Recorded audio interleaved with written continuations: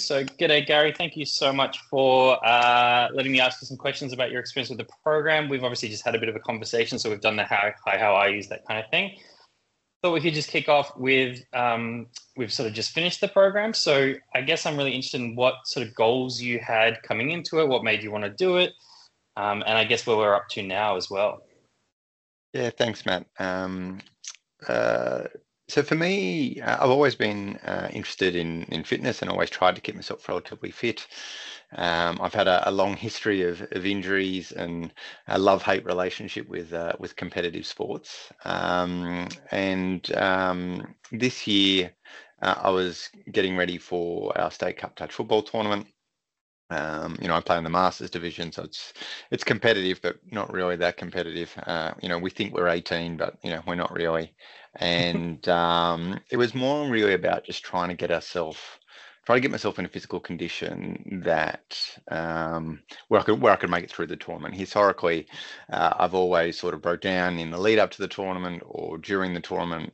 In 20 years, it's been since I've actually made it through a preparation or through the tournament. And so it was this year was just about, hey, how do I try something a little bit different?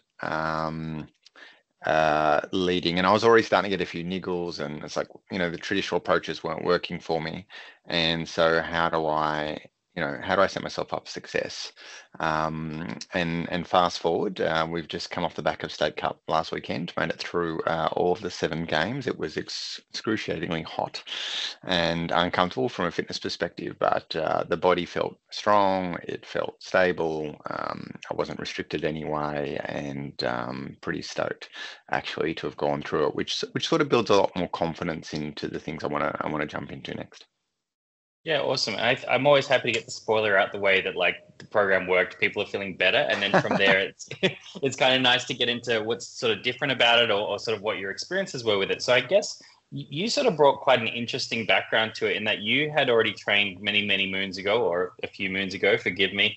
I can't remember, was it physio or exercise phys? I can't remember. Yes. So originally it was ex-phys, was 20 odd years ago, and when I used to teach anatomy and whatnot, and then I went on to study public health and lifestyle medicine, and that's where I finished.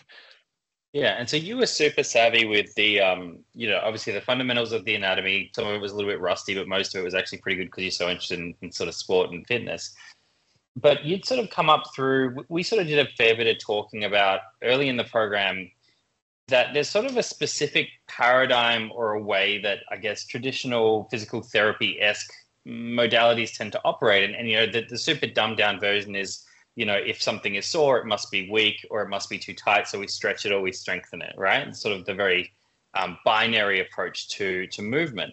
And so you were doing, I would say, a really good job of that model, really. You were spending a lot of time doing mobility stuff. You'd come off the back of some minor surgeries as well on the way into the sort of this training season. I guess I'm kind of curious for a little bit of context as to what you were working on, and I guess what changed during the course of our program. So what was sort of you were already investing a bunch of time in sort of recovery, call it rehab, whatever words you want to use. What was the shift towards, I guess, a new style of training that we sort of embarked on together? Yeah, thanks, Matt. I think it's so there's a lot of things for me. I seem to have a lot of injuries, hamstring, calf, quad, groin related issues that tended to all center around the same leg. And I'd be focusing on one, to get that better. And then once that was, good, the next thing would happen. And so it was clear that there was something that was going on that was a little bit more systemic. Yeah. That was a little bit more a deeper or root cause, and all the injuries that I seem to be having seem to be a little bit more, I think a result of instability and that was happening in other points. I started earlier on this year. I started doing some mobility work, and I really started to get some benefit out of the mobility in range, but that wasn't enough to build the strength and stability that was needed for the sport. And playing touch football, it's quite, and there's a lot of agility involved, and I love to dive, and there's a lot of sprinting and turning around and so forth. So there's a lot of sort of dynamic movements, and so I needed something that would enable me to be strong in a number of functional sort of movements, to sort of set myself up for success. And so if I look about the traditional treatment modalities, I don't know how many thousands of dollars I've spent over the years in things like physio and so forth. And that was, like as you said, it was very much a go and treat this specific part of the body. It would be a groin, or it might be a calf, or it may be a Yeah. hamstring, and now I have, a list of 1,000 different exercises I need to be doing, right, for my calves or for my hammy or so forth. And it just wasn't really practical. And I think when we started connecting, I think one of the things I said about to you, Matt, is, there's only so many hours in a day, and Yeah. I just want to come up with some stuff, to get down to what are the things that are going to have the biggest return on investment. Where should I invest my time and energy? Which exercises should I be doing that will, to sort of cut through the noise? Because I was sort of, doing stuff, my own research as well, right? A bit of program here, and I was sort of looking at, well, what's working there and what's working there, and there's stuff that pops up in your feed all the time. I'll give that a Yeah. go, but Yeah. the list just gets longer and longer, right? And Yeah. so how do you come up with what are the few exercises that are gonna give you the best value for money, um, that still frees up time, that doesn't take Yeah. hours and hours in the day, if you know what I mean? So quality over quantity, I think, was a really important aspect of what I was looking for. Yeah, that makes sense. The spot fire kind of treatment, stretching, strengthening stuff. Like, yeah, if you got needles lots of places and they each have their own sort of series of isolated exercises, um, it becomes this massive time sink, and also a time sink of movements that I think are often not cathartic, where you're not really like immediately certain if it made a difference or not. And it's actually one of the things where I think personality types come into the mix a lot when you talk about, say, recovery, rehab, what have you. You've got people that are really diligent and want to do all of the things. You've got other people that are obviously kind of a bit avoidant, or they want to go off and, they're not necessarily as excited by, I guess, movement and rehab anyway. But certainly, I think for those of us, you and I both, who are naturally interested in this space, um, it's like, how deep is the ocean? How many exercises, how much rehab, how often, and then you end up with just this massive hodgepodge sort of process. And every now and then you've got to cull it, right? You've got to be like, well, what's actually working? I've been told I'm meant to do all these things, but actually, if I'm being honest with myself, do I think that movement's actually helping me? Do I think that one's actually connected to what I'm trying to achieve? And sometimes we can sort of simplify rather than make it more complicated. But I think one of the things that was really interesting for me working with you was actually seeing touch football, like actually seeing how dynamic it was, how many sort of crouchy low movements there were as well. I think that's something that I like wasn't on my radar, and sort of more in the family of maybe ultimate frisbee, but with a lot more crouching and a lot more kind of contact. And so you mentioned before that you've sort of not been able to make it through a sort of a season before, or like a competition, a full 3-4 days. Do you remember sort of, how do I phrase it? Did you have an instinct as to why that was true? Like, why you weren't managing in spite of all this rehab recovery work? Did you have sort of an instinct as to what was stopping your body from just sort of thriving and getting stronger and stronger and faster and faster?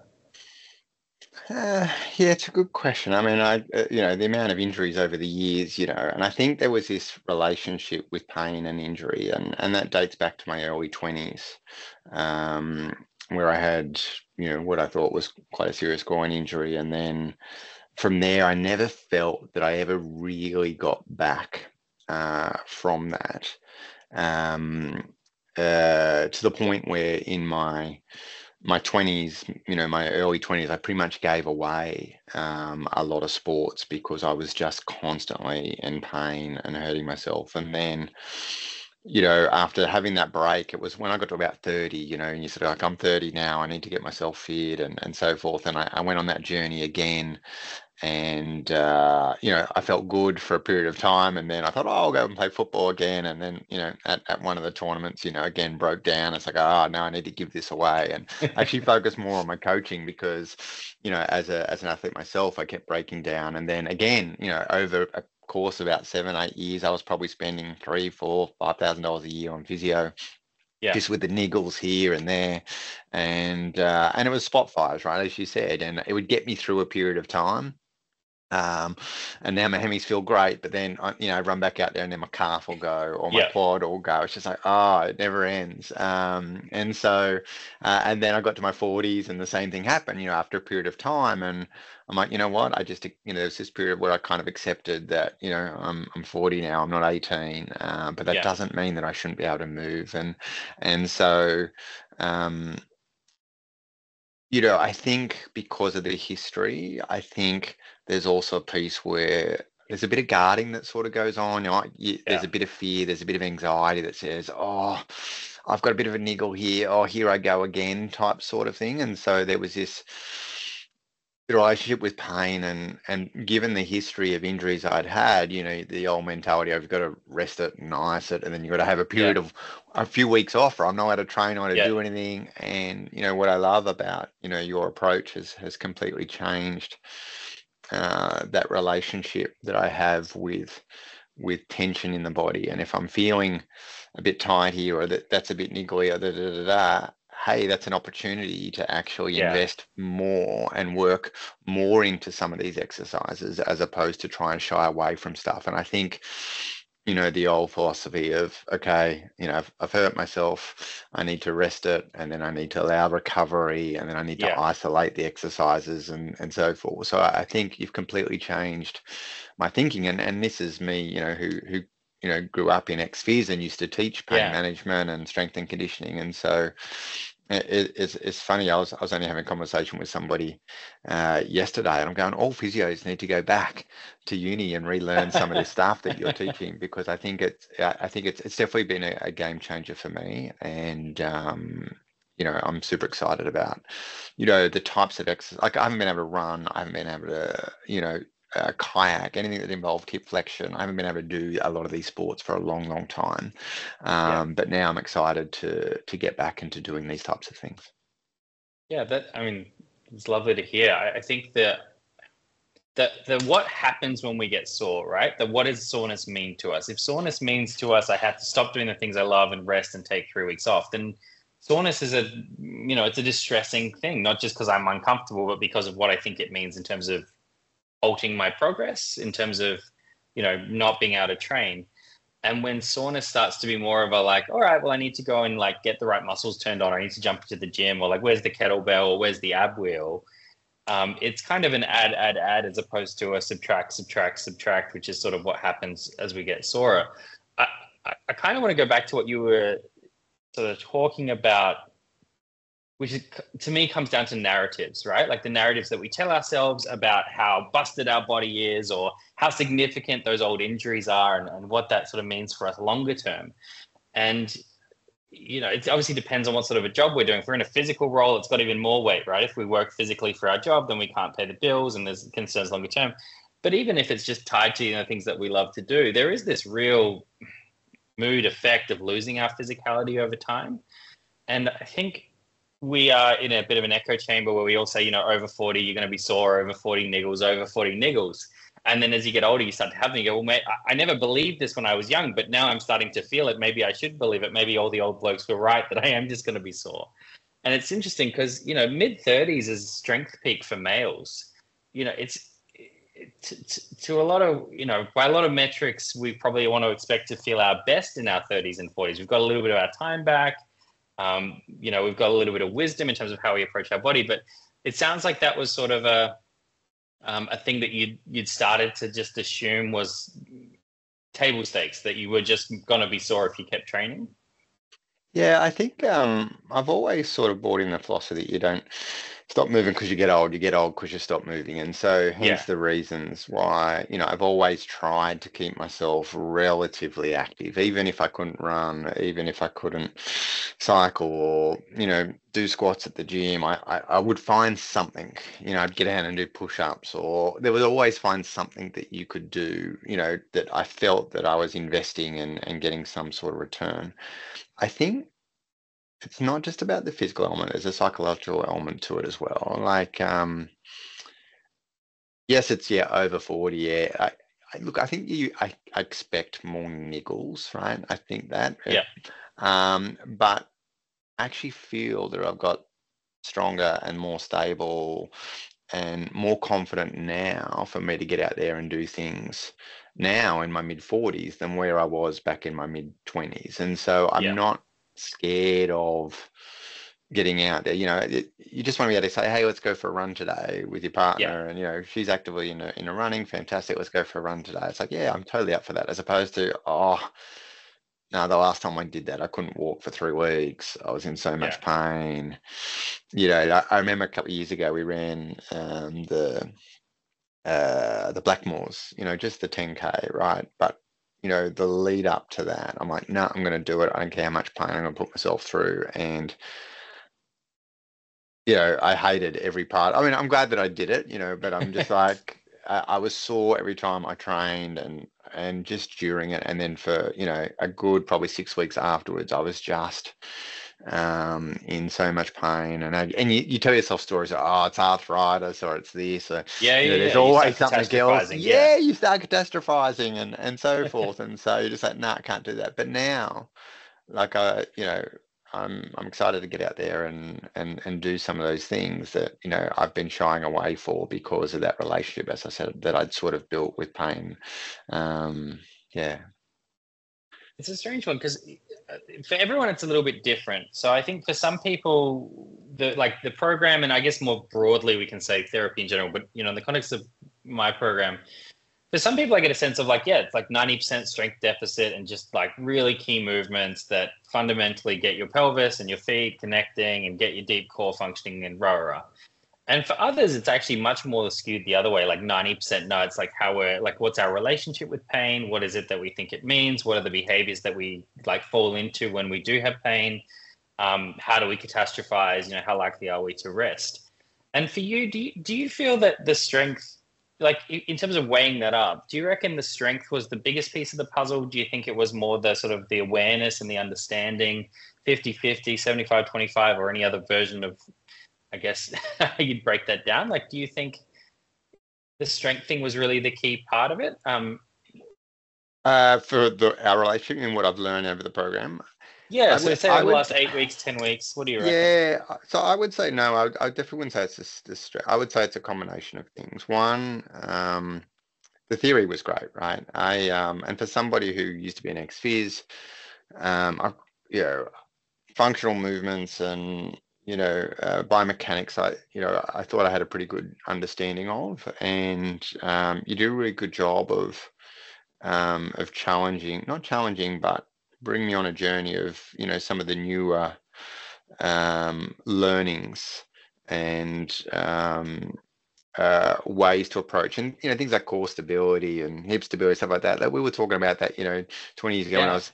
Yeah. But the way that you go about that now is completely different. And even through the years of going to physios, and while I haven't been practicing in that space for some time, you know no other physio or has suggested the sort of techniques that you use either. And so there was this shift in learning that really sort of set a solid foundation that then sort of goes, oh, I understand why I'm doing these certain movement patterns. Yeah. So that was the one. So first of all, there was the learning piece was critical. I think to that point when we're talking about how many exercises and which exercises and you've got to have a core understanding of the why, I think, and just Yeah. otherwise it's just a scattergun approach. I'll just Yeah. do the stretch because I think it's right for me. Yeah. What you really did was connect on saying, no, here's the thing we need to get right. And if we get this right, then this will help everything else, you know, da, da, da, da. And therefore this is the one or two exercises I want you to focus on. If we get that right, those other things will set out. Even, you know, recently when I had a bit of a niggle, you know, in the hip flexion off the back of a tournament, I'm just like, oh wow, have I done something? So I don't know, get back to doing this movement and then that'll settle down in 2, 3 days. And sure enough, straight away, Yeah. you know, I was starting to catastrophize again. Oh my God, what have I torn here? Yeah. Da, da, da, da. It was really painful to drive the car. Da, da, da. It disappeared after a couple of days Yeah. just by getting down to some very, very basic, you know, functional movement patterns and so forth. And again, those movements, you know, are slightly different to the way that, you know, those things have been taught to me in the past and so forth. So one, there was a theory component. Two, there was the real sort of practical piece to it. What I also loved is the way that we could just connect whenever I sort of had a concern. It's like, oh, you know, am I doing this right? Or, you know, oh, actually, you know, at training there on the weekend, I did this, you know, I'm not sure whether that, and just having that sort of reassurance that was someone to talk through it. You know, in previous years, I would have been straight in to see the physio, but no, didn't need any of that throughout the program, because I had you to connect in with and just talk through what I was experiencing and, you know, how normal that sort of was, to sort of remove some of the, so to sort of normalize it and then sort of understand why that was, and then, you know, what we needed to focus on, you know, in the next 2 or 3 days, you know, that would just help to, you know, bring back, you know, the right dynamics, the right stability, the right strength, to go through it. So I think, so I don't know if that answers your question. You know, what the day was, one was really the theory component, which I really appreciated, not only in the biomechanics piece, but also in the pain management piece. I think that was a piece that really sort of challenged some of the beliefs that I'd learnt over 20 years of going in and out of different treatment modalities. So that was definitely that sort of knowledge, that reassurance I think that I have now, sort of then helps to set success up for, there's an element of sort of trust through knowledge or something where you know you understand the why, as you mentioned. It's not just the what. I think for a lot of people, if you ask them, say why they're sore, right? They'll say like, I've got a sore neck. You say why? You know, I got bad posture. And you'll say why? And you say, well, I slouch all the time, whatever. And you say, okay, well, why? And they're like, I guess I don't try to sit up straight enough or something. Like essentially you go 2 layers or 3 layers deep on anyone's sort of narrative around why they're sore, and often that logic starts to fall down. And then you get this opportunity to kind of start from foundations, and you do that education piece, which, as you know, is the thing I'm most passionate about. Is just we've never really had an opportunity to properly learn about our bodies. Certainly not people who haven't gone through sort of a tertiary setting to sort of learn about it formally. And so it's all just like, it's really mysterious, you know, if you really break it down. And mysterious things, when we don't feel confident, we don't tend to act because we're not really sure what to do. We don't want to make it worse. That's normally our like primary concern. And so I think the reframing of like, the goal is not to have a completely pain-free life. In fact, the goal is to do lots of exciting things that give us pain from time to time and get the most out of our bodies. But it's, again, what does that pain mean, or what's that niggle mean? And so what I'm hearing from you is like, you still have these sort of things pop up, but instead of saying, well, now I need to take 6 weeks off, or I need to go blow lots of money on therapy and I need to stretch endlessly doing these boring stretches, it's like, cool. First protocol, go find those 2 key movements that work for me, do them, turn on the right muscles. Oh, my body feels pretty good. And so the meaning or the weight of the discomfort is totally different. Like, what does it actually mean in the context of life? And the answer is, it means go jump in the gym, spend half an hour, try some stuff. And, 9 times out of 10, not every time, but 9 times out of 10, you get a great result. And I think that's part of just the building confidence. And that lets you say yes to more things. And the more things you say yes to, like going for a run with your partner, the healthier you are overall. And so the less of these things happen. So I always think, you sort of snowball into good health and you snowball out of good health, when you start subtracting things. And I love what you're saying. I mean, the types of sports I want to play and the types of things I want to do, I want niggles, right? And because you go hard, right? If I'm not getting niggles, I'm not enjoying life enough. So but the relationship with the pain, right? And I think what I also used to do a lot with, right? I remember that laundry list is when I had that, I'm the kind of guy that would lay in front of a TV for an hour and a half of a night, always on the floor. And I've got just about every treatment ball and Yeah, band yeah, and yep. stick. I've got them all, right? Yeah. And all the machines. I built a stretch pole in my room from floor to ceiling, just because, I've always actively tried to do stuff. But I think the other big shift is the time investment, right? So for me, I go, oh, I've got that niggle. I've got to do an extra 2 hours of stretching and something like that, and all that's gone. Yeah. So now, I'd be lucky if I did a 30-minute workout now, and I get that time back. But I'm focusing on those core for the core things Yeah.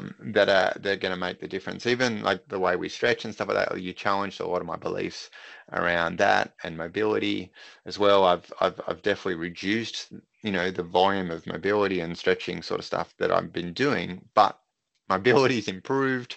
Yeah. And that was one of those things that I've kind of like gone, yeah, right. I couldn't do this before, and just biomechanical, my body just would not allow me to go down into that position, and no matter how many years of trying to stretch that, it just didn't work. But now, within probably within the first 3 to 4 weeks of working with you, it's like, oh wow. So there were things that biomechanically it just seemed to get, once you got those few things right, everything else just seemed to sort of follow suit. And so yeah, and that's where I've, really appreciated and got the real value of the program. It's sort of a bit of trial and error, right? Whenever you go into a new modality, you sort of go, oh, how do I feel? And I was probably, Yeah. you think about more the acute, but when I look at it built over time, and I was almost thinking in the early days, but how do I progress this? Da, da, da, da, but we didn't need to. I just had to get those few things right. Yeah. And when we got those right, it just had a massive impact. Yeah, I think there's a sum of the parts is greater than the whole thing with bodies. Like when your body is working well, and that doesn't just mean like muscular function. That's like all the other holistic metrics of like, have I slept well? Am I eating well? Am I feeling emotionally safe in my life? Am I feeling good and engaged and challenged intellectually? And they all come together into just being like the best version of Gary or the best version of Matt. And suddenly you kind of feel it. But certainly just getting that foundational physical side of it nailed, I think that really makes a huge difference. And you start to say, look, I wasn't trying to train to be able to like sit cross-legged on the floor. We haven't done any cross-legged floor exercise, but hey, I just did that without thinking about it, and it felt really fluid and easy in a way that I don't think it would have. And we almost have these surprise moments or these aha moments of, oh, there's like something tangible here that I can, or objective that I can use as a signal that I'm moving in the right direction. And that's sort of counter to, I think, what you were hinting at there, which is that evaluating new modalities would be normally tied to like a relief function of like, I had this problem and I did this modality and did it help? Like, did it bring me back down to normal and away from some kind of an acute feeling? But not necessarily like, what did that give me longer term, or like, yeah, it's almost like because some people do my program without much pain at all. They do it just because they want to get stronger and they want to learn about their bodies. And it's not as common because pain's a pretty good motivator. But certainly I think there's an element that you're touching on, which is, yes, the pain's gone away.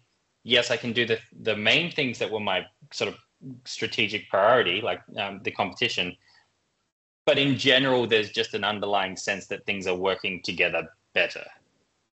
Yes, yeah, absolutely, and that's in everyday activities of living. It doesn't matter whether I'm rolling out of bed in the morning. Like I used to have trouble rolling out of bed, just walking down the stairs first thing in the morning. Everything was just tight and clunky and so forth. So just those sorts of things. Like I jump out of bed now. I jog down the stairs. I can't wait to get out there and do different training things that I haven't been able to do in years. So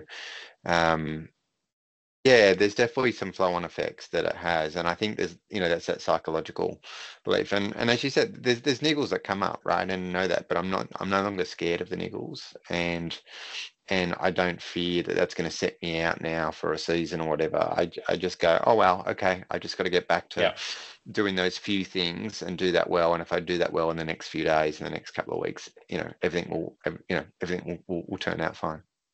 Yeah, you've got a sense of control and autonomy back, and I think that's Yeah, the most control. I important think piece. I think you're right. I think when I think about health more broadly, self-efficacy and locus of control are two big critical factors when it comes to, overall well-being. And I think you're right. I think it's that sense of control and autonomy that I think I feel that I've gained, which, after 20 years of trying just about everything, I haven't had that before, and I'm truly grateful for the opportunity to work with you.